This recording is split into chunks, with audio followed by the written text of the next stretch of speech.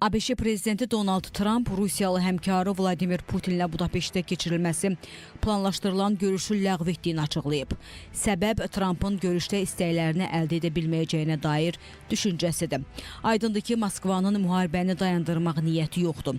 Amerikalıları Rusların Ukraynanı bir dövlət kimi məhv etmək niyyətindən əl çəkmədiklərini inandırmaq üçün ABŞ dövlət katibi Marco Rubio ilə Rusiya Xarici İşlər naziri Sergey Lavrov arasında cəmi bir telefon danışığı kifayət edib. Vaşinqtonun müharibəni bitirməsi üçün təkcə bir yol var: Rusiyaya güclü təzyiq göstərmək. Hətta Wall Street jurnalı nəşrinin mənbələrə istinadən verdiyi məlumatda Ağ Evin Kiyevə üzərindəki bir çox məhdudiyyəti aradan qaldırdığını bildirməsi bunu sübut edir. Nəşr qeyd edib ki, Trump administrasiyası Rusiyaya zərbələr endirmək üçün Ukraynanın uzaq mənzilli raketlərdən istifadəsinə qoyulan qadağaları aradan qaldırıb. Birləşmiş Ştatların bu qərarından sonra Ukrayna Britaniyanın tədarük etdiyi Storm Shadow raketlərindən istifadə etməklə zərbələri gücləndirib.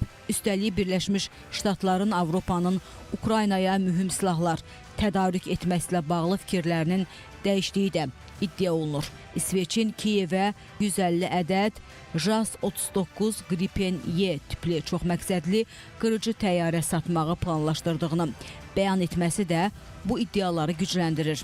Ağ Ev müharibə ilə bağlı məhdudiyyətləri aradan qaldırmaqla Rusiyanın savaşı bitirməsi üçün mümkün bütün təzyiq metodlarından istifadə edir. Hesab edirəm ki, Trump mövcud şərtlərdə bir addım geri çəkilərək tərəfləri bir növ üz-üzə qoymaq niyyətindədir.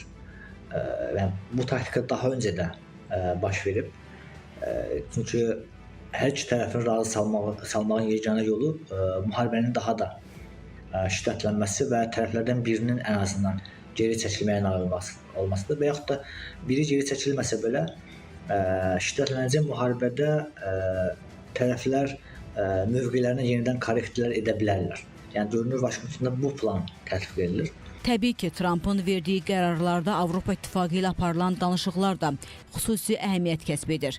Belə ki, Trump hakimiyyətə gələndən bəri qoca qitənin nümayəndələrinə Çinə təzyiqləri artırması barədə təkliflər irəli sürərək Pekinlə birbaşa iqtisadi savaşa başlayıb. İlk başlarda Çinin sahib olduğu iqtisadi üstünlük səbəbindən ittifaq Vaşinqtona qarşı çıxaraq Pekinlə ortaq hərəkət etməyə çalışıb.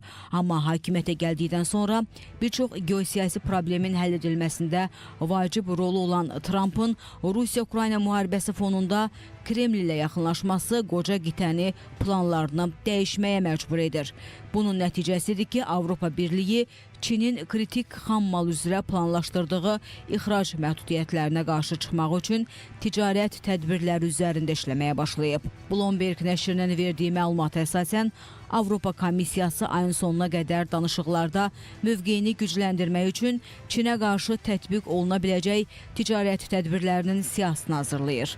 Komissiya həmçinin kritik tədarükləri qısa müddətdə qorumaq və digər mənbələri təmin etmək üçün plan üzərində işləyir.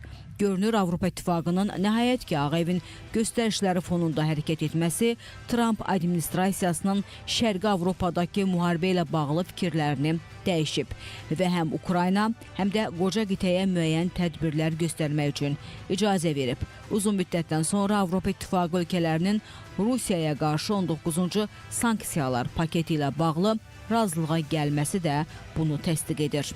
Ukrayna krizini Avrupa Birliği ile Rusya arasındaki bir krize dönüştürme konusunda büyük bir başarı gösteren Trump, böylece Çin konusunda kendine direnen Avrupa Birliği, hatta Çin ile ittifak yapmaya çalışan Rusya ve Ukrayna krizi üzerinden baskılamaya çalışmış oldu. Altyapı henüz oluşturulmamış ama bu da ister istemez Trump'ın Çin stratejisi konusunda elini kuvvetlendirmekte ve Avrupa Birliği'ni Rusya'yı baskı altında tutup Orta Doğu'daki krizi de çözdükten sonra Trump bütün imkan ve potansiyelini Çin'e karşı harekete geçirecek.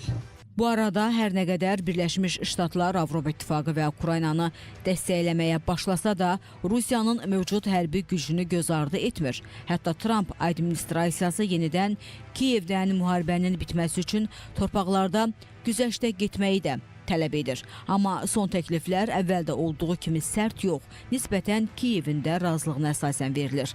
Beləliklə, Şərqi Avropada hadisələrin bundan sonra hansı formada dəyişəcəyi, Birləşmiş Ştatların yeni qərarları fonunda Moskvanın hansı addımlar atacağını isə zaman göstərəcək.